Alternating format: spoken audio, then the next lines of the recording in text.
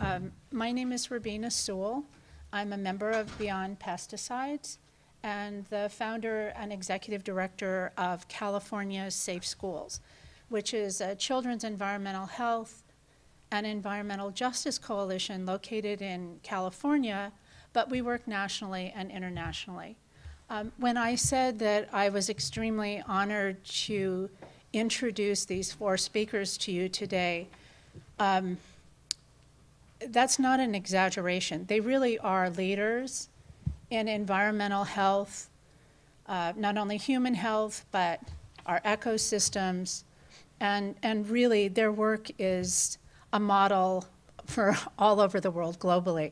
The first speaker, and I'm going to list them in the order that they're going to speak, and then they will come up individually and do their presentations, and then at the very end, we'll have questions. Okay? Thank you.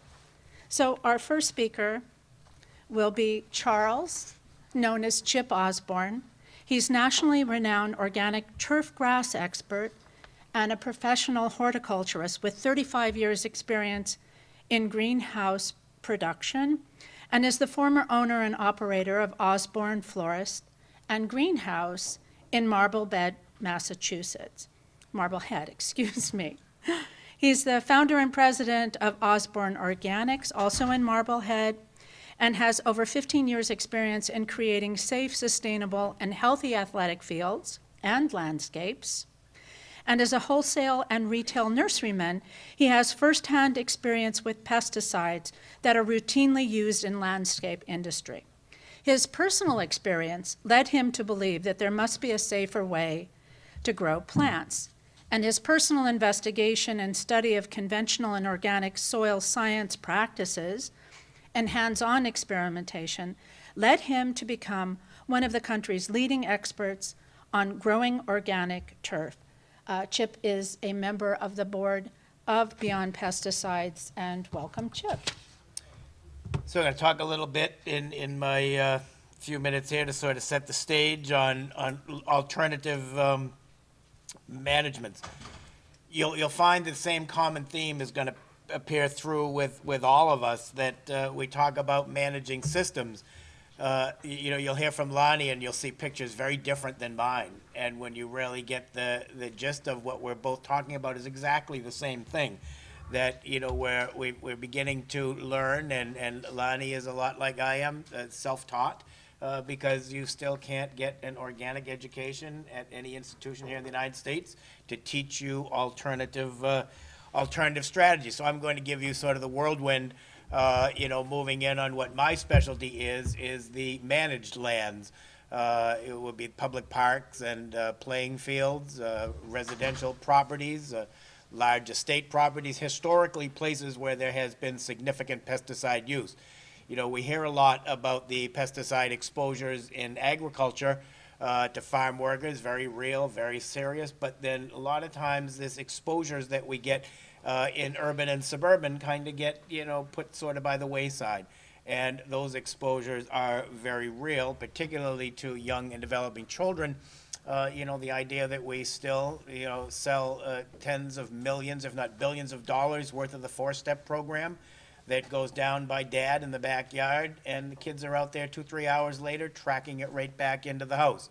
The idea that how bad can those products be if they're so readily available when we can go into any retail outlet and find a significant amount of that material there. What toxicity can it really be? How bad can that really be? So the idea that we are identifying that we have this happening in the urban and suburban sector, and that we are taking steps to look at that and reduce that impact. As far as my specialty, which is the managed landscape and particularly turf grass, lots of product is used, on that. The idea that we can manage without toxic chemicals, it is not just an idea or a concept anymore, but it is a very real practice. And I'll walk you through that.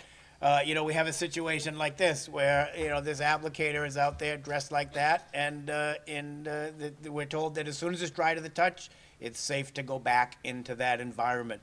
There's no talk about half-life or the time that chemical is active in the soil.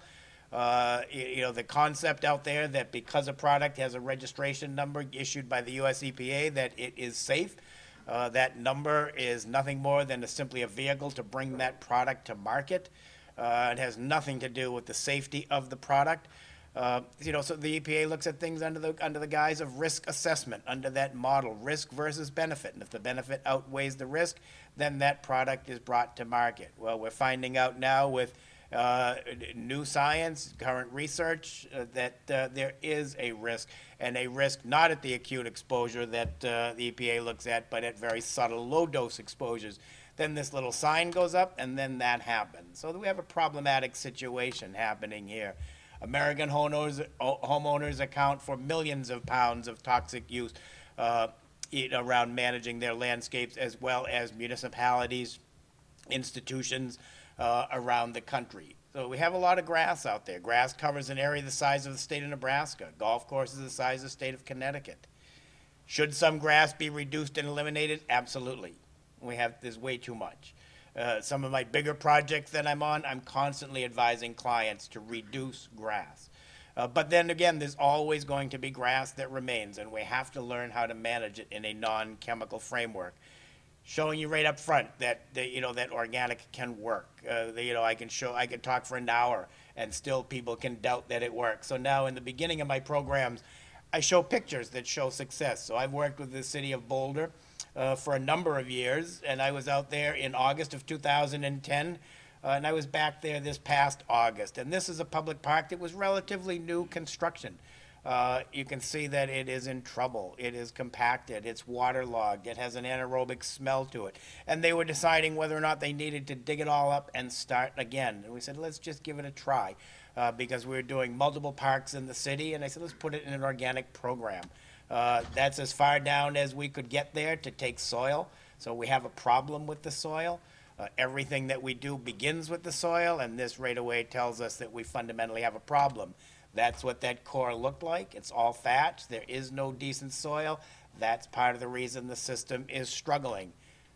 Bare spots, minimal turf density, a lot of weed pressures, very compromised system. It began a very basic organic program in 2011, went for 3 years. The program that began in 2011 is nowhere near as sophisticated as we can be today in 2015, and that's what it was turned into in just shy of 3 years. Long shots can make it look very good, but in close-up, when you see now that the grass has displaced the weeds, and this was done without any herbicide loading up front, it was done strictly with alternative management strategies. So the idea that these things that we talk about actually do work and provide the results that we're after. So we all know, I think, in the room that all of the chemicals that we're using to manage these landscapes are World War II and after era. So they marketed to big business agriculture and then to the residential sector in the 1950s. So the beginning of the lawn care industry happened at that time, with the chemical manufacturer convincing us that clover was a weed, which prior to that was determined to be a very beneficial plant. In the old days, nobody put grass fertilizer down on lawns. It was clover in there, and we recycled grass clippings. Then the pesticide industry came and convinced us that that clover was a weed. Clover, as we all know, member of the legume family, very valuable plant in nature in that it has the ability to fix atmospheric nitrogen and put it down in the soil where the grass would like to have it as a free resource. Now all of a sudden the herbicides came along, and those herbicides took that clover right out of the system. Not unintentionally, the industry had a bag of fertilizer over here, synthetic and chemical in nature, that was going to give us all the nitrogen we just lost when we killed that weed. So that is the way it all began in the 1950s, moving into the 1960s with the big boom. It's also important to understand that all of the grasses down here in the southern regions of the United States come from Asia and Africa, and all the grasses in the cool season regions come from Western Europe and the British Isles. So they are non-native. Most of the weeds that we're dealing with in turf with those herbicides are the native species. Grass is the imposter. Grass is the one that is the newcomer to North America. So now we have been taught to manage this non-native as a monoculture, and theoretically that is a very difficult thing to do. because these grasses in their original environments were part of diverse horticultural systems and never grown as a monoculture. Fundamental differences between conventional and natural. Conventional is synthetic fertilizers, chemical pesticides. Quick fix, product-centered approach, very often the prophylactic use of pesticides. Imidacloprid, neonicotinoid is a perfect example. Front load the system in the spring just in case grubs might be an issue. They treat symptoms. So we all know there are weed grasses and crabgrasses and things like that. And people say, I've got a problem in my lawn. I've got this crabgrass. It's a weed. Crabgrass is not the problem. Crabgrass is the symptom. The problem is that there is a bare spot, that the soil is compacted, that the soil chemistry is not properly balanced. So once we correct that problem, the system goes away. So my weed killer for crabgrass is simply 14 or 15 months and a bag of grass seed, and then changing soil chemistry, and we can take crabgrass from 70% to 1 or 2% without the use of chemicals. Calendar date applications, lots of preventative stuff happening. Scott's Market's a product that says that lawn insect control, when it's time to put that down to kill the bugs before they hurt your lawn. Truth be known, there's very few bugs that actually can hurt a lawn, and most people don't have them in the first place. Natural management is natural organic products. Soil testing is the basis for our inputs. We don't treat symptoms, we solve problems. Our objective is to create and establish a healthy soil. Absolutely the most important thing. You will never be successful with an alternative lawn care or land management program if you don't first address the soil. So what is organic lawn care? What makes it different? It's a systems approach versus a product approach. So the conventional industry has us using product and we just follow the bag, read the directions, and put it down. You don't have to go to school. You don't have to understand grass. You don't have to be a horticulturist. You just need to read what the manufacturer wants you to do and put as much product down as they tell you when they tell you to do it. Organic lawn care is fundamentally different. It's not, some people say I'm organic and I don't do anything. Or I call that organic by neglect. Organic lawn care implies a thoughtful, proactive strategy to management. And it involves these three concepts: a healthy soil. Somewhere in a high school biology class, a professor or teacher told us at some point that a handful of soil contains billions of living organisms that nature put there for the purpose of facilitating the growth of some type of plant material. We need to understand that at that basic level, acknowledge that that's really what's happening, and then take steps and strategies to foster that, to grow that, and to maximize that potential in the soil. It's the exclusive use of natural organic inputs, meaning you cannot reduce pesticides or eliminate pesticides and continue to fertilize with water-soluble synthetic fertilizers. It will not work. So it's the exclusive use of natural organic product.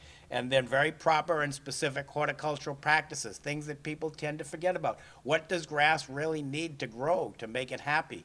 The right way to cut it, the right way to water it, the right way to relieve compaction in the soil. All of the things we know that grass wants that weeds don't necessarily like. So once we don't manage soils and systems properly, we create something that is very conducive to weed growth and discouraging to grass. Now we end up just reversing that, and we create the system that encourages grass and discourages weed growth. So that kind of a system can manage many pests, or insect pests, generally speaking, in an organic system, become very secondary. They don't get out of control. Same thing with weed pressures, same thing with fungal disease. As you build a healthy soil, you're putting beneficial fungal life in there that will outcompete and suppress most fungal pathogens. So lawn or turf disease goes away because the system is beginning to manage it. The difference between the two types of fertilizers: conventional is based on urea, synthetic inorganic, water soluble, fast release, fast uptake, gets in fast, gets out fast.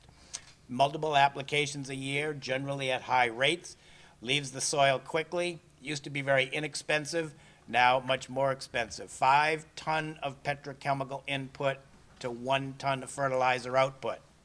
Significant petroleum reserves. Following the soluble application of nitrogen to turf, it gets in there in 2 days. Its maximum release is 7 to 10 days after application, and 4 to 6 weeks after you put it down, it's all gone. it bypasses all that living life in the soil. They create a dependence upon chemical control. High soluble nitrogen weakens plant tissue, makes it more susceptible to insect, disease, those types of situations. Natural organic nutrients are plant, animal, or mineral based.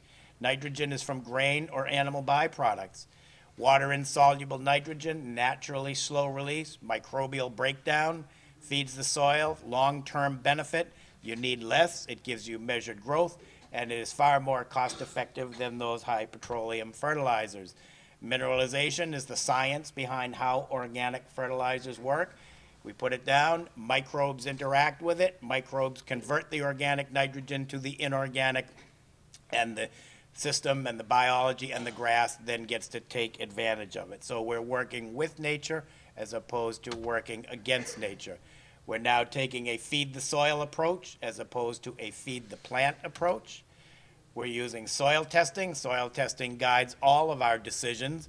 So we need to understand what is happening there and look at soil chemistry. Once we balance that, the biological complex falls into place after that. The test that we use is called a nutrient analysis, and it tells us very specific things depending upon the type of grass we're growing in any individual region of the country. If we send this out to a land-grant soil test laboratory, the information comes back and then tells us how we want to manage. So sound fertilizer programs call for low uniform supply, and that's really what we're looking at now is less is more, a very low uniform supply of nitrogen during the growing season. We're developing programs now where we can put nitrogen down at less than 0.2 of a pound of actual nitrogen and get the benefit of what the synthetic industry would do with a pound of nitrogen. So very different concepts that we're looking at. The blue line is cool season grasses, the red line is warm season grasses. So we understand how they grow and we fertilize appropriately. Cultural practices, mowing, irrigation, aeration, dethatching, seeding, and overseeding, very important as fertilizer. So fertilizer is not as important as these guys. If we can fertilize the best fertilizer program in the world, and if we don't do this, we will never be successful. Just going back to science again, photosynthesis. There's nothing in those fertilizer bags that's plant food. What is in those fertilizer bags are simply catalysts that drive the process of photosynthesis, and that's where plant food is made for the plant. Roots don't grow in soil, they grow in spaces around soil particles. So a well-aerated soil supports that healthy biomass. Then we take that idea that we want to grow grass organically on residential properties, but this is really where we have to move, to the big spaces, the places where our children play. The idea, and you hear all the time from municipalities and jurisdictions and park districts, you can't do an athletic field organically. That's an organic athletic field. It has been that way now for 13 years. So the fact that it can happen, it can be done, and this is really the big decision that we have to take out there and take that to the public sector and say, we can do this, we can manage it this way, and it works.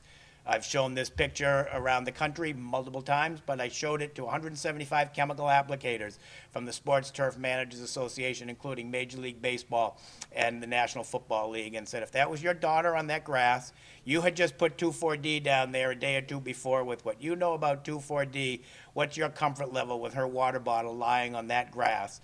And, you know, they came up to me afterwards, and my education never allowed me to make that correlation between what I was doing and what an end result might be. We're managing ornamentals with this. It doesn't matter what kind of a plant material it is. So all across the landscape, we can now successfully develop strategies that reduce and eliminate chemical toxic pesticides and replace them with natural organic strategies. Thank you. Thank you for being such a leader in this effort. Thank you. So our next speaker, if there were a champion for change, this is our next speaker, Lani Malmberg. She is a role model for all women. She is a heroine to me. I think she's just absolutely phenomenal. But I'm going to read to you a little bit of her bio. She grew up in a cattle ranch, and while in graduate school studying weed science, Lani got the idea to offer a goat grazing service for those who didn't want to spray chemicals for weed management. She's grown her business, Ecological Services, to 1,200 cashmere goats working for governments and private landowners for noxious weed control, fire reduction, reseeding, watershed management, and land restoration. Her company also offers noxious weed mapping and inventory. She serves on the board of the directors of Beyond Pesticides, and she owns no land and considers herself a gypsy goat herder, working in 10 Western states. Please welcome Lani Malmberg. Well, thank you, Robina, and thank you, Chip. Chip's brilliant, and Chip and I say exactly the same thing. We do exactly the same thing, but it's a different scale. He's on the east side of the United States where there's a lot of rain. I'm in the Wild West where there's no rain, in big country, and I have different tools. Is it the down arrow key? Enter key. We'll do it. Enter. Okay. Would you just, excuse me, ma'am, could you take your telephone conversation outside? No, that's translating. Oh, okay, I'm sorry. I can hardly hear between both. So anyway, Robina told you who I am, and so what I do is I use a lot of goats as my tools. They're my employees and my tools. That's my camper. So I live in a little camper with my goats, and I'm on contract 365 days a year, and I run in all of the western United States. Started this business with my two sons 20 years ago, which interestingly, that's when the first GE crop was started. So I started exactly the same time that GE crop started, and I didn't even know it. My two sons, Reggie's the older, Donnie's the younger, and they both went off into the world, and Donnie came back in '09, and he and I run this business together now. He's currently finishing up an MBA, and I have a master's degree in weed science and degrees in environmental restoration, botany, and biology. So this is what our mission is to provide land managers an alternative to chemicals and mechanical methods. And what I say they do, us and them, I always say them, they do. They're chasing symptoms, and Chip says that too. And I use a managed goat grazing service to build a living, functioning ecosystem where the desired plants sustain each other with balanced, recycling microbes in the nutrient-rich soil, and the water is held right in place. This is how they do it. This is in Durango, Colorado, and these guys worked right beside me, and they did it their way with their machinery. I asked them how much this piece of machinery weighed, and they told me 80,000 pounds. So, you know, that's what they do. They have their machinery and they have this big stuff. It's all non-living. Everything I have is living, everything is alive, and I'm trying to build a live system. There's when you have machinery, you have to have 100 different attachments and different pieces, and then you got to haul it there, and then you got to haul the stuff to load into it and somebody drive it. That's how I work. This herd is 150,000 pounds of alive, massive living energy. Their body temperature is 102 degrees. So this herd is twice as big as that giant piece of machinery. So when you have something this big, and they're self-propelled, and I'm doing 12 things at the same time. So we're recycling the nutrients. Everything they eat is recycled through the gut, which is what I call fertilizer. They're irrigating. You get 1,000 goats a drink of water and run them up the hill and drop it all. That's called irrigation. And there's got a little bit of nitrogen in it. And I'm aerating the soil. When you have 1,000 goats, that's 4,000 hooves that are working with that mass. I'm trampling the soil, mulching the soil, mitigating erosion. When I take 150,000 pounds and move it perpendicular to big erosions, I can mitigate erosion. Has nothing to do with eating. It's how that herd moves. The speed of the herd changes how their hooves hit the ground, so I can make different tillage mechanisms by changing the speed of the herd, and I do that with border collies. So we're preparing the seed bed, packing the seed bed, and this living energy. There's so many systems, like Chip showed, that are stagnant. They're dead. Nothing's alive and nothing's working. These 150,000 pounds of goats are alive, and they're joyful, and they're funny, and sometimes they're hard to keep where you want them. And also I do a lot of fire mitigation where all that is recycled. You don't have piles of slash and junk laying around that then you have to do something with. They eat it all, it's all done. And the fuel is all this undesired stuff. So I love this picture. This is Colorado Springs. I was up high on the mountain above Colorado Springs last fall, and I love this because I pointed out to the landowners here, this is a perfect example of your miserable and very expensive failure of herbicides. People are always saying, well, you cost so much more than the herbicides. I say, well, here's a perfect example of the failure, and it's expensive. I don't know what you paid, but now I have to come in and do my work and clean up this mess. So I have to pay for them and me, and you know, you guys don't see it right. So the goats have eaten all these seeds off, as they have every single one of these mullein plants, and this is a simple biannual, which I would never kill one of those anyway. They're just trying to get the succession of plants moving forward. They say, we can't afford your goats. And I say, you can't afford not to use them. You have a dead system here. So now, somebody sent me this. In Seattle, Amazon offers home services, and you can have a handyman come to your house. You can also get goat grazing services through Amazon in Seattle. This just came out. So I'm a professional grazier, and most of what we do right now is weed management, brush control, fire fuel load reduction, erosion mitigation, flood control, reclamation and reseeding. I do a lot of oil field reclamation work. My contracts are with federal government, states, counties, cities, private landowners, local groups, homeowner associations, and giant corporations. And like I said, I've been doing this 20 years. So what I do is I just take the natural diet preference of a bunch of goats who are browsers. Browsers are exactly opposite to grazers, who would be like horses and cattle. So horses and cattle eat 90% grass by choice. Goats eat 10% by choice. They like everything else. They like everything poisonous, pokey, everything that nobody else likes or wants. That's what goats prefer. And they have all kinds of unique abilities. This is on about 1 million acres in southwest Wyoming in the oil field. That's Sally, an Akbosh guard dog that runs with us. And this is me going down a roadside right-of-way out there on 1 million acres. Babies are born right on the job, and at 1 day old, they are working. And there's nothing as good to do reseeding as a lactating mama and her baby. The richness of the poop and the pee is so much richer than anything else. So if I want to reseed, I want these guys. I'm on my way from one well site to another. Remember, I'm on 1 million acres. The certain field that I was on here was 50,000 acres, and Chevron gives me a map and says this one, this one, this one. So we do our job, and then I walk to the next one. So these babies are just 1, 2, 3 days old, and they're walking to their next spot. All kinds of things are funny when you have a whole bunch of goats. I thought this was hilarious. Chevron brings me water in a water truck, and the goats jump on it and play on it and run up and down. They would jump from the water tank to the cab, running up and down here and laying on the fenders. I just thought it was hilarious.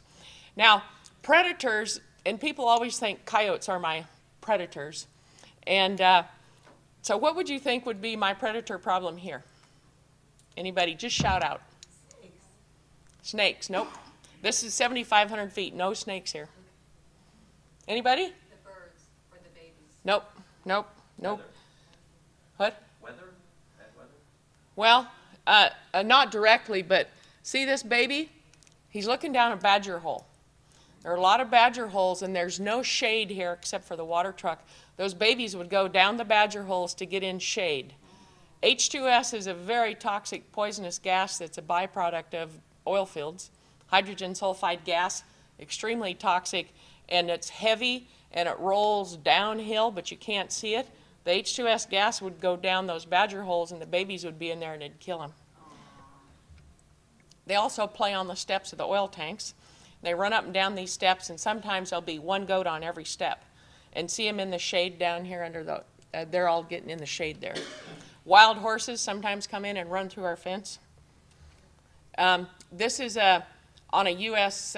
Air Force base, and timing of what I do is very critical. I've got to be in the right place at the right time to do a good job. So on this 120 acres, which was on this one site, we had a noxious weed, which was Dalmatian toadflax, endangered species, which was Colorado butterfly plant, and then a poisonous plant, this wild iris. And we had them all three in the same place at the same time. And I had exactly 10 days to cover 120 acres. Had to go as fast as I could go. But it's precision science of being in the right place at the right time. This is goats eating cotton in a cotton field in Texas. The cotton seeds, this is what fell on the ground after the machinery went through. And they would eat the whole cotton. I was fascinated walking around with a camera looking, because the seeds that are in there are extremely high protein. So I was so happy that they got to eat all that cotton seeds, but they ate the whole thing. And see that giant machinery they have back there compared to my living herd. So mine is self-propelled, theirs is not. So when I talk about succession of plants, you have bare ground, and you can, when succession is moving forward, you have bare ground, you get to the annuals, show up first, annual weeds, then you see the biennials, then perennials, and then brush, and then trees. So with 150,000 pounds of goats, I can push succession forward, or I can push it backward, or I can do the same thing at the same time in the exact same plot. So in fire control, I start with trees and brush and push it back to open grasslands. When we do oil field reclamation, I start with bare ground or annual weeds, and I push it forward very fast to open grassland. And usually that's where, when I have a job, people tell me what they want me to do, and it's usually always, we want grass, we don't want any weeds, we don't want any fire stuff. So usually it's always here, the perennial grasses, and that's where I always end up, because that's in the Wild West, that's what everybody wants. So here's a great picture in the oil field that shows that. This is west of Casper, Wyoming, and those indeed are the Rattlesnake Hills, and there's millions of rattlesnakes out there. But so anyway, this is an oil well pad site, bare ground disturbance. I seeded this grass here and made the grass go, and this is the natural native vegetation of sagebrush. So you can see, and the sagebrush is way, way too thick here from overgrazing by cattle for 150 years. This land is abused by bad grazing practices, so you have brush, which cows eat all grass, so then the brush becomes dominant because cows don't eat brush. Well, goats do eat brush. So I can have the goats eat this sagebrush and push it back to the grassland, or I can start on bare ground and push it forward by feeding the soil. It doesn't matter. So I have my electric fence here. Goats are eating this, recycling it back to here, trampling, pooping, and peeing, and right in one 2-acre spot, I'm doing both, pushing succession forward, pushing it backwards, all in the same spot. And this is where I'm at right now in northern New Mexico. Same thing. This is a valley overgrazed by cattle for probably 500 years. And the trees have encroached down, so the trees are taken over. Cows don't eat trees. Goats do. And this is a picture where they brought in this gigantic machinery to cut some trees and do thinning. So this is the chipping mulching pile, and these are the tracks where the machinery got stuck. And those are my animals out there working very quietly, just recycling everything right in place. This is a big balance of art and science. The science behind it, but the art is handling those animals and moving the herd and getting them to do what you want and protecting them and taking care of them. This is a job in western Colorado for Chevron. Huge steep canyon. You can see by our campers down here how big this hill is. A dead-end canyon. When we went in there, and this was severe drought year, when we went in there, they said you have 8 mountain lions and 22 bears in your little section here. But guess what the predator was that actually chased us out of there? We got evacuated. And Chevron evacuated us out of there by, guess what? Fire. Yep, that year. And we had to, Chevron's orders, leave your animals. We had about 1,400 head and guard dog. And we grabbed the border collies, put them in the pickup, and drove away, as ordered by Chevron. Went back in 4 days later when they let us go in, and all of our goats were fine. Border collies, key to the operation. One good dog, 1,000 head, that's all you need. They're so smart. They're so much smarter than people, and they're the only thing smarter than a goat, that they actually run the business. We do lots of beautiful places, Jackson Hole, Wyoming. A couple of years ago, there were no young people that applied for any jobs, so we got the whole contract for goats. And we went up there, and this is our electric fence right on the green. Now when you work on a golf course, and this is the very wealthy people's golf course. This is where Dick Cheney golfs, and the Rockefellers, you know, that's who's golfing here. But the etiquette of, you know, you can't be in anybody's way, and you have to whisper. You can't yell and cuss at the dogs. You have to whisper. So my son Donnie went and did that. He's a golfer, and he knows all about golf etiquette. This is in downtown Cheyenne, and notice the date, July 3rd. This is last year. I was working there. Guess what the predator was here? Fireworks. Fireworks. Fireworks is legal in Wyoming. Not in the city, but they do it anyway. And as you get into the night, midnight, 1, 2, 3 in the morning, it gets really bad. Terrible problem to me. So all of my tools, you know, remember that giant caterpillar machinery thing? All of my tools are very gentle, and they're not pets. They're respectful. And I want my goats skinny and hungry and very well behaved. They're very well traveled. They work in 12 states. They've been, this old weather here has probably been on a truck 600 times and worked in 12 states. He's eaten a huge diversity of diet. But they don't hurt people. Nothing I have jumps on cars. They don't butt you. They're very gentle, kind beings. Back in Cheyenne again, running across a park. So when something goes wrong, I always get the blame, always. So when in the oil field, when I have to wear a hard hat, I put stickers on my hard hat. Downtown Denver, XL Energy plant. This is Denver downtown, right there. Huge power lines, these transformers, huge electricity, very dangerous place to be. Steep side hill, a lot of erosion, and that's a bunch of annual weeds. And you can see here you know, I just set my electric fence and have the goats eat everything and poop, and with their hoof action trample that hillside to stabilize it. Sometimes you can't set any fence. This is where the gates come in, so we just have one dog holding the herd there. There's no fence anywhere. You just have one dog. And again, like I said, these dogs are magic. And when I was there, the XL Energy guys came over and said, would you run over and do the water holding ponds over under I-25? And I said, yes. And he said, you going to truck them over there? I had 500 head. You going to truck them over there? And I said, no, I'm going to run them down the street. And he said, well, we're all taking bets in the office that you'll be in jail by 5 o'clock. So I called the cops and told them I was going, so it would be on dispatch record that I said I was going at 4 o'clock, and so, you know, I could get out of it somehow. Anyway, they sent a squad car and flagged me through the stoplight. So anyway, one guy, one dog, and I was in front with an orange flag leading them, and this was rush hour traffic in Denver. This is 1,000 head. That's my son Donnie, one dog. Air Force Base, moving them across a bridge, jumping a guardrail, and going down, and see how polite they are. Nobody runs through the fence. They go through the gate. They're very well mannered, very polite. You can't do that with that giant piece of machinery. You can't do things like this. Guess what this is on the Air Force Base. Guess what the predator is here? Noise from the helicopter. That hovering helicopter, that scares the goats worse than anything is a hovering helicopter. They don't ever run through the fence, but boy, they really run in circles and they're upset by it. Crazy Woman Mountains in Montana. There was that was really fun to be there, and of course people always think it's funny that I was there. What I do always is feed the system, just like Chip says, feed the system. I'm building nutrition on all levels, but it always starts in the soil. I want diversity and stability. The dogs are key. I want to run them for office. And here's another one of those giant machines. And when people use giant machinery, this is in Nebraska last spring where I was working. You have this giant machinery, and like I said, I'm in big fields, big pastures, big countries, the whole mountainside. And if you have a giant field, you would not take a rototiller, would they? Us and them.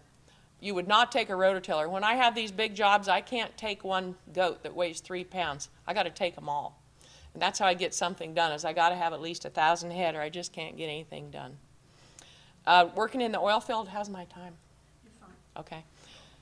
Like 2 more minutes. Okay. Oil field, no rain, high pH, plant the grass. I like to get them to 1 million pounds of goats per acre as that kind of an impact to bring the life and the poop and the pee and the hoof action. 1 year, I have grass. And I'll stop right there. Thank you very much. So our next speaker is Alan Cohen. Alan became interested in pesticide issues in high school when his biology teacher read Silent Spring to his class. He received a BS in agriculture from the University of Illinois. His background includes, beginning in 1987, he worked 3 years for US EPA in the Office of Pesticides Occupational Safety Branch. In 1996, he started Biological Pest Service Management, an all-green company serving DC and Maryland businesses and residents. In 2014, he received Green Shield certification from IPM Institute of North America, and in 2002, he unfortunately was poisoned by pesticide drift of 2,4-D, dicamba, and other chemicals from a neighbor's home, and as a result has become chemically sensitive and more committed to creating green environments. Alan is also a co-founder of Safe Grow Montgomery, working to ban routine lawn chemical applications. Please welcome Alan Cohen. So I'm very honored to be in this company with Chip and Matt and Lani and Robina. These are my heroes. So I had a hero too when I worked at EPA. His name was Bill Curry, who developed an IPM program at the EPA, and he taught us to think like a bug, think like an insect. He said that's the key. You've got to understand what the insect needs or what the rodent needs, and these are the questions that an insect thinks about. Where's my food? When is my food? Where's my shelter? When is my shelter? Where's my water? And where can I raise my young? And what will give my young a chance for a better life? Plentiful food, reliable water, a safe haven. And then where can I find a mate? And where can I have sex? And how often can I have it? And how many times can I make babies if it's a female? So, and what gives me these things? The thing that gives these insects and rodents these things is us, human habitation. We have co-evolved for so many years with these insects and with these, they call them commensal rodents because they live with us, that they don't need a lot of things outside of our homes. Our homes are providing great places for them to live. And even here, you can look at the floor-wall junction or look at the underneath of a chair or of a table. There's little openings. So there's some great environments that we create for animals. And we also create ways to get into our homes. We have things called doors and windows. So you don't just have to find a little crack. We can open up really big pathways, big red carpets for these animals. And what kinds of, for years we have created patterns for these insects and for these rodents, and some of the things are heat signatures, or the heat signature of a home. There's a problem now with something called the brown marmorated stink bug, which is an import from China, and it homes in on the west and the south sides of a home. And why would that be? It's more sun, it's warm. So in the fall, they're going to be there, and also ladybugs will be there, and box elder bugs will be there. So if people are concerned about keeping these insects out of their home, all they have to do is weather strip and caulk the south and the west sides of their home. They don't need to use pesticides, just need to seal up those areas. And that's also going to save them money, and some of that is deductible on income taxes. But contact your income tax professional on this.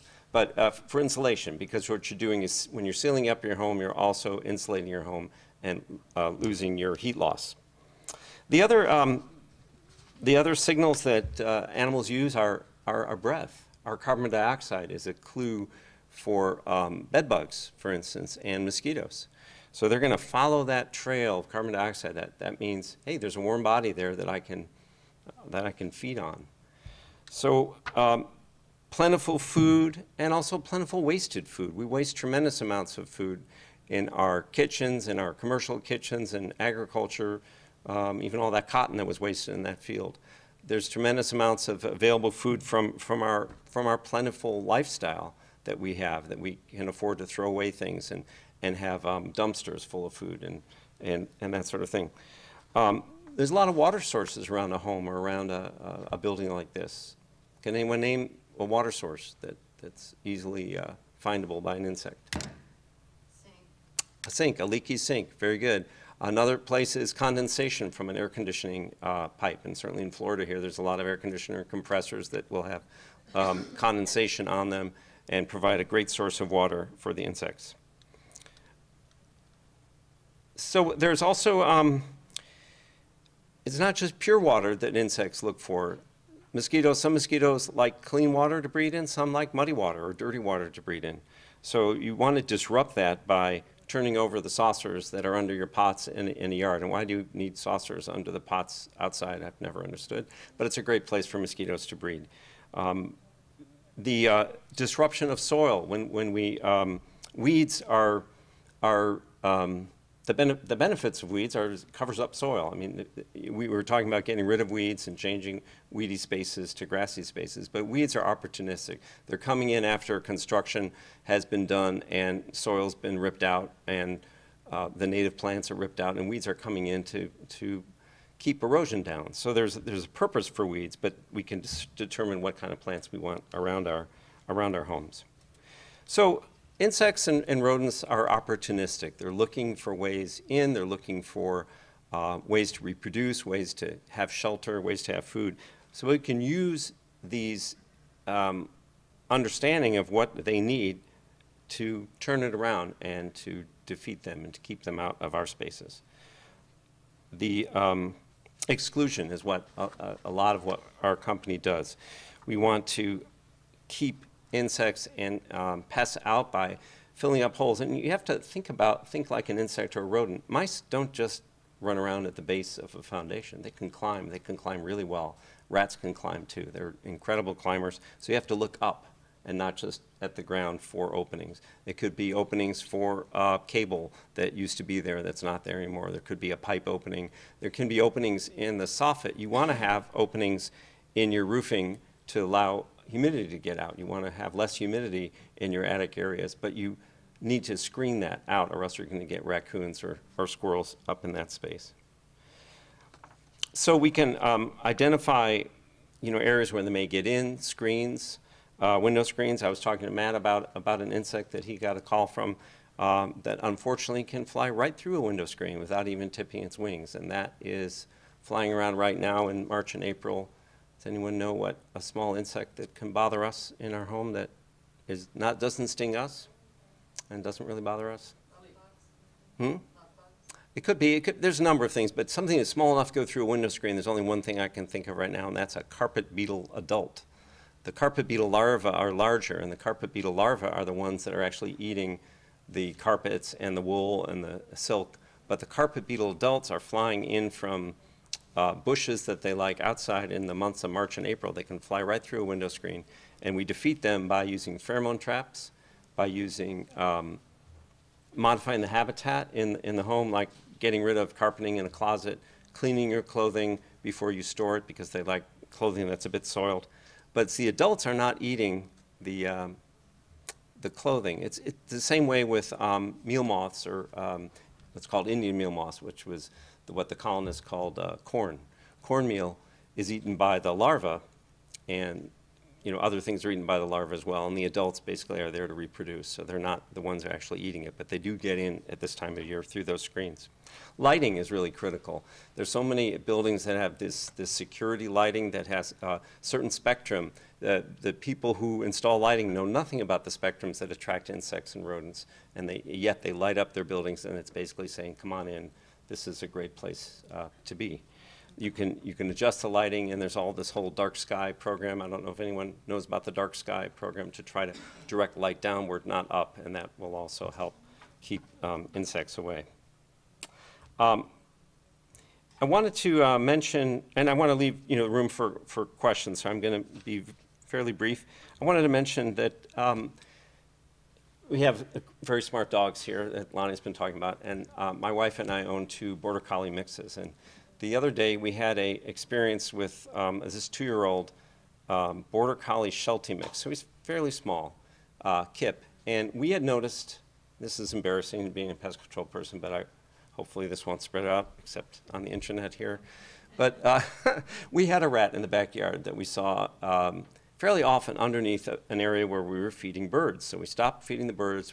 This was in the winter, so we weren't actively putting compost out in the compost bin, which can also attract them. And rats are a community problem. It could be that someone was leaving garbage out or composting, or our neighbors may have been feeding birds too. But we saw this rat, so we stopped feeding them. We sealed up openings in the house so they couldn't get in the house, but this was out in the yard. And one day, my wife was out there, and I wasn't around, and I get this text saying, Kip got a rat. What do I do? So he had cornered this rat, and this was not a rat terrier. This is not a Jack Russell Terrier. This is a different kind of dog that's supposed to be a herding dog, but it had an instinct, and it went for, and this might be a little gross, went for the neck of the rat, the back of the neck, shook it a couple times, and that rat was gone. No rodenticides were used, no poisons were used. And we used to have these animals with us, and I see there's a helper dog in here today. We used to have animals with us that would do things for us, that would be ratters, that would be, they were called rat terriers for a reason. They would put them down into burrows. And I think it's time to, with all these helper dogs that are like smelling cancer and smelling seizures, in advance of seizures, we can go back and talk to the people who are working with dogs and training them in positive ways to see if there's, I know there's a video you can look up on YouTube of a ratter expedition in New York City at night where they go off with some of these rat terrier dogs. Has anyone seen that? Yeah. Yeah. But dogs do have rabies shots, so they can't get rabies from that exposure. But they can get warfarin exposure from your neighbor putting it out and then eating the rats. That's actually a terrible Exactly. thing. And then there's Right. another pesticide using now, but unfortunately there's no antidote for it, which is what the EPA Right. does. You got to be careful with your dogs. Oh, absolutely, and we can, we'll get more questions later, but the reason that there's all these new generations of rat poisons because they've, like we've heard, resistance, weed resistance, there's resistance to the anticoagulants, so they have some newer chemicals that some of them do not have antidotes, that's correct.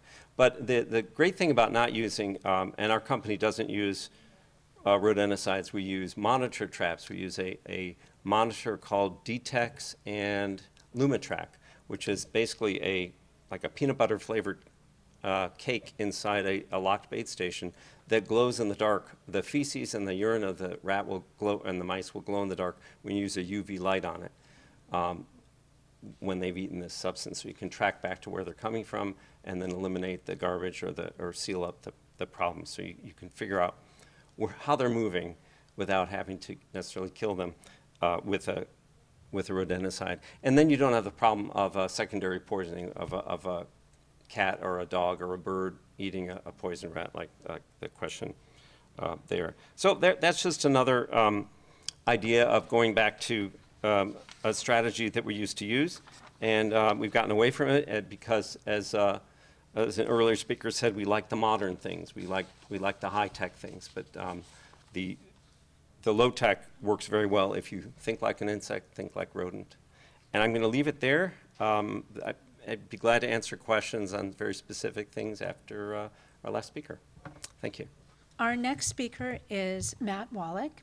He joined Beyond Pesticides in 2011 as the project director for the Integrated Pest Management in Healthcare Facilities Project, a partnership of the Maryland Pesticide Network that was founded by brilliant Ruth Berlin and Beyond Pesticides. And Matt has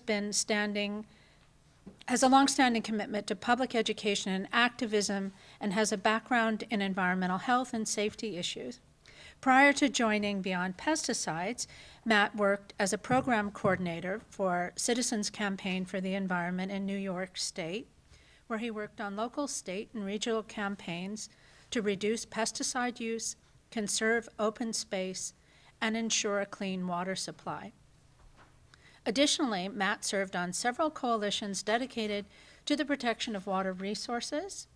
Matt earned an MA in urban planning from Hunter College in New York City and a BA in geography from George Washington University in Washington, D.C. I've worked with Matt. I hope you will work with Matt. He's absolutely incredible. So, Matt Wallach.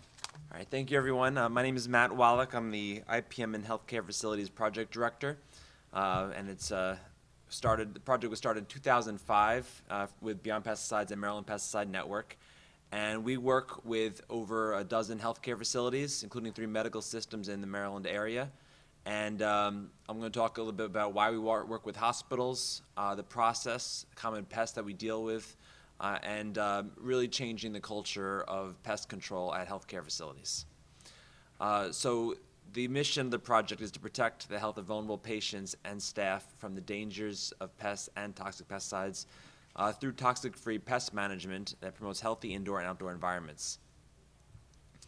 Obviously, why do we work with hospitals? There's a lot of places that we could have worked. Hospitals are full of vulnerable populations, including infants and children, pregnant women, the elderly, people that are chemically sensitive, cancer patients, and people with asthma or respiratory problems. Then when you're looking at pesticide usage, which I'll talk a little bit more about later with conventional pest control, pesticides that are asthmagens were being used where people are going to the ER for an asthma attack, or pesticides that are linked with certain cancers were being used in and around areas of the hospital where people are being treated for recovering from cancer. That's not a sustainable system. So we work to kind of, again, change that culture and change the direction of pest control at healthcare facilities. This goes back to the American Medical Association that in 1997 said particular uncertainty exists regarding the long-term health effects of low-dose pesticide exposure. Considering the data gaps, it is prudent to limit pesticide exposures and to use least toxic chemical pesticides or non-chemical alternatives. Even before this, the Department of Veteran Affairs, specifically talking about the healthcare field, said pest management in healthcare facilities differs from control practices in other institutions. The effects on patients requires that a cautious policy be adopted concerning all uses of pesticides. And the use of any pesticide establishes a risk of uncertain magnitude. So as we kind of went in there with that mentality, knowing this was written in 1986, and is very telling, and the need for hospitals could take a really different direction is critical. So when we approach a facility and we approach IPM, we have a very defined definition of it.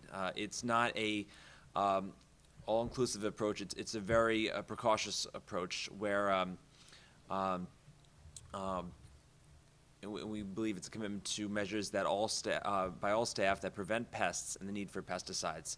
So with our definition of IPM, that practices that manage pests without toxic pesticides in healthcare facilities and other institutions. It's a systems approach, as we heard from all previous speakers. We're talking about system change. We're not talking about a switch from one thing to another, but an entire switch to a different approach to pest control. It provides long-term prevention and suppression of pests. As we know, with conventional pest control, it treats the symptom, not the problem, as was mentioned before. This works through regular population monitoring, inspections, education, and the specific structural, mechanical, cultural, and biological controls. The goal is eliminating the conditions that enable pests to survive, and as Alan was talking about, thinking like a pest, those conditions have to be met with and changed. Eliminate food, restrict entry, control habitat. And then strategies beyond that is through sanitation, vacuuming, pest proofing, structural maintenance, and using traps. Then least toxic pesticides are used as a last resort. It's not the initial, because those become unnecessary too when the conditions are eliminated. Least toxic pesticides include boric acid, DE, soap, and those are things that we've seen that hospitals adopt, and these are things that can be replicated in anyone's own home rather than using something, a toxic product. So conventional pest controls at facilities, traditionally they're used pretty heavily. There's an expectation for no pests at healthcare facilities. Do not want roaches or fruit flies or drain flies in the operating rooms. So many pesticides have been used preventively, and but what we've experienced is the success of an integrated pest management approach that changes that culture. When pesticides are not used preventively, pests are still not seen or common. So the common pests at hospitals, these are the common ones. Obviously, there's other pests, and sometimes none of these, but this is the most common concerns when working with hospitals. And they do carry issue. There's diseases caused by flies, rodents, but proper integrated pest management removes the sources of them, their entry points, what they feed on, and the problem lessens and goes away. Again, ants and roaches could cause asthma and carry germs, and again, whether it's removing cardboard or filling or using caulk to seal up cracks and crevices where they enter from, it eliminates the pests before they become an issue. Bed bugs are also a big issue in healthcare facilities. It's a lot of different people coming in for hospitals, whether it's in the ER, whether it's a sleep study, whether it's long-term care. Luggage is brought into the hospital and removed, but most bed bug sightings are isolated instances. They usually come off someone's belongings and can be removed instantly. There's usually no infestations and that require anything intensive. They're can be solved by by proper cleaning of the hospital and using heat, just in the form of a dryer to kill the bugs on sheets, pillows, person's belongings, and cleaning of the room would usually handle everything else. So the following few slides are going to be common conditions that we've seen at facilities that are pest-conducive conditions. Clutter and cardboard are great for rodents and insects to either enter for the facility from, hide, create shelter from. And they also just prevent proper inspection of the facility. Underneath kitchen equipment and drains, sometimes they are improperly cleaned. The kitchen might look completely spotless and clean, and then you look underneath the equipment and it hasn't been cleaned in months, it looks like. Doesn't mean they're not trying. It means that they need proper training and cleaning, that even underneath the equipment has to be cleaned. Drains have to be cleaned as well. It's not just wiping food away. It's the sludge, it's organic material that accumulates underneath the lip of the drain or on the sides of the spout as well. Again, more pictures from a kitchen. I only fortunately have that one picture from a doctor's lounge, but doctor's lounges are very dirty, and it's a lot of it has to do with after I show you the conditions, I'm going to talk about recommendations, common ones that I've made, and it's a lot about education. When people know their role and how they contribute to a pest issue or how they can help eliminate it, that's when things start changing too. People realize that food should not be left out in a lounge, or the inside of a microwave or around the microwave just needs a wipe down. These are entry point in the top left, around piping that wasn't sealed properly. Trash that might be pulled regularly, but then no one checks behind the trash can to see if trash has fallen around. And then leaky pipes that aren't addressed become a real big issue. Real quick, also, tile is a common issue in hospitals where the grout degrades and then become every time it's mopped, water accumulates in those grout holes. Organic material also accumulates in where grout is, and it's you might mop the floor, but then you're creating this nice moist organic material habitat for pests, particularly roaches, drain flies, fruit flies that love that stuff. A lot of hospitals now are slowly switching to an epoxy floor that is smooth and does not have all those little grout locations to accumulate water and organic material. Cracks and crevices, that entry points. This is a sticky trap monitor that's right next to a pretty large gap in a kitchen where it's quite obvious where the roaches were coming from. And it would just require, in that case, it would probably long-term require a larger repair, but at least a short-term repair, a healthy dosing of caulk, and that would seal out the roaches. Trash rooms are notoriously dirty.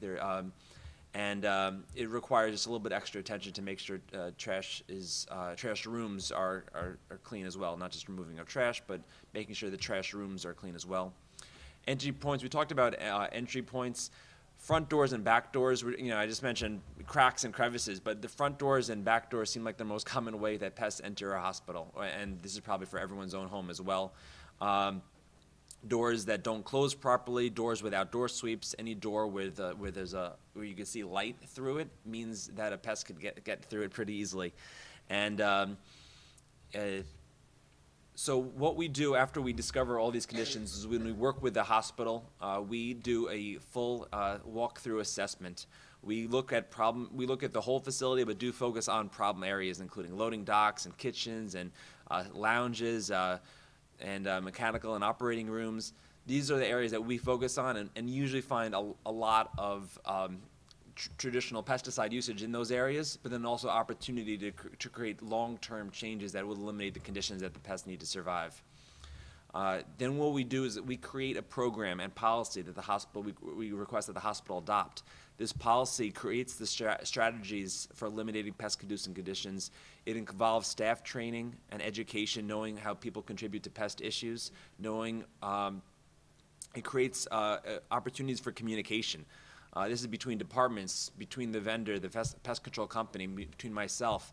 When people know how to put in a work order and know what work orders are required for certain issues and know what the roles of different departments can do and what they need to do to solve issues, it makes things happen so much quicker rather than just waiting for the pest control company to arrive the following week if it's a weekly visit or longer if it's a monthly visit at some smaller facilities. Things can be handled immediately by just from cleaning. And opportunities for least toxic alternatives, and designation of an IPM coordinator at a facility. Any large facility should have a IPM coordinator position. Delegates the responsibilities of solving pest pressures, eliminating conditions, and knowing the toxicity of pesticides if a pest control technician requests something that's toxic, they could say no. They'll know the toxicity and be able to work with that technician on the non-toxic alternative. This is an example of one of the healthcare facilities we work with that adopted an IPM policy. The policy is integrated pest management. It prevents and responds to pest problems with strategies and methods that pose the least possible hazard to people, property, and the environment.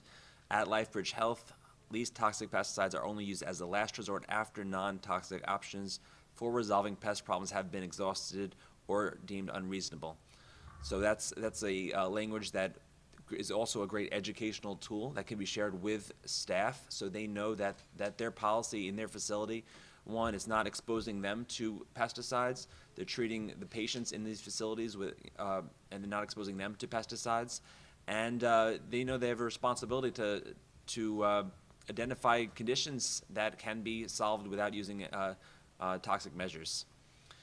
So the IPM coordinator, I briefly mentioned, they track the actions of the pest management technician. The technician's job should not be just to kind of go in and solve the issue, but work with the facility on really solving the issue, looking for conditions. The complaint logs and technician logs, these logs track pest sightings. They track products used, whether the products are just monitors, sticky traps, snap traps for mice, or more toxic products. The goal is to review that with the technician, look for trends, and maybe there's issues with certain areas of the facility that can have larger changes. And then also accompany the technician on the walkthrough as well, and overseeing contract agreements with vendors. So also the coordinator ensures proper coordination and communication. These are the various departments that are part of a pest management team. They should understand that they have a role in pest management, not just fixing something for a safety reason or cleaning something just for the sake of being clean, but it's an overall goal when people understand how their responsibilities for one thing also affects pest management, which also affects then pesticide usage. And these are, I'm not going to go through all of these, but these are common recommendations. Some recommendations, when we work with a healthcare facility, I'm learning learning some of the recommendations from the pest management company. Some of them I see myself when I go on walkthroughs, and we make these recommendations. Some of them are simple, just like sweep and mop. Some of them are remove clutter and cardboard. That may sound simple, but sometimes large kitchen areas have shelving of cardboard boxes where they store food that's incoming, and changing that culture to removing items from cardboard immediately, putting them on metal shelves off the floor, and then removing that cardboard from the building. It's a cultural shift, but it has happened, and it's a major reduction in entry points for roaches, and removing areas where trash rooms where standing water accumulates, sealing small holes, storing food in sealed containers. One facility where they it's a long-term facility where food is brought to people's rooms. A very simple thing, they changed it so food was brought in a container with a cover. When they're done with it, the cover goes back on the container and it's taken away. Crumbs were not left in the room for long periods of time. It's airtight, and pest sightings, particularly ants, decreased dramatically. And so storage racks are off the floor. Holes are sealed, gaps are properly sealed. These are entry points. Improved trash collection, cleaning inside trash bins. The blue bin is not actually a trash bin. It's commonly used as trash bins in healthcare facilities. That's a laundry bin, but it's people like it because it's able to easier to grab trash in and out. The problem is they don't have proper covers that seal out pests. So we always encourage actual trash carts to be used with covers. And dumpsters and compactors almost routinely have trash around and underneath them. It's a great attractant for rodents to come over and from outside, and usually there's no door sweeps, so it's an easy way to get inside the facility as well. So making sure those attractants, the areas around the hospital are clean. Cutting back vegetation is a common recommendation as well. There's no reason that bushes and plants should be up against a building. And bed bugs as well. These are some common recommendations, including mattress encasement, vacuuming, eliminating clutter, for preventing as well as solving a bed bug or potential bed bug issues. So working with the technician, when we work with the facility, we're also working with the technician because they all work because they will continue to have a technician there. This is an example of a log. They'll fill this out. If there's issues, they're going to write down what pests are cited or they treat for, whether it's something toxic or non-toxic, what conditions, what recommendations. So the goal is to have good technicians that actually look for specific pest conducive conditions, write down site-specific recommendations that can solve the issue, and then go back to the facility so the facility will have the tools and know what issues they can work with and solve. This is a lot of pesticide usage in a facility. What I do is also I review pest logs over a long period of time and compile them, looking at what products are used. I'm not going to go over these, but this is a failure well, there's no IPM plan. It's just an example of using pesticides as a first resort rather than a last in one of the facilities. Yeah, the dark red there is sprayed. The pink is a gel. The brown is just a biological materials. White is non-toxic. We don't rank pesticides as in terms of toxicity because the point is that they're toxic and not necessary. We just want to kind of use that dark red to highlight. I want to point out what was being sprayed is increasing volatility in the facility. But as terms of different levels of toxicity, our goal is to say don't use things that are toxic. These are examples of some recommendations that I compiled over a period of time. Sometimes the pressure should be on the facility. Sometimes the technician might write down the same recommendation multiple times in a month. The facility is kind of behind on maintenance and does not make that repair. More examples, and basically this just shows a change of culture. And we've had some success stories. Some facilities have been able to completely manage without pesticides. They've won an award for that. And I'll leave it at that. Thank you.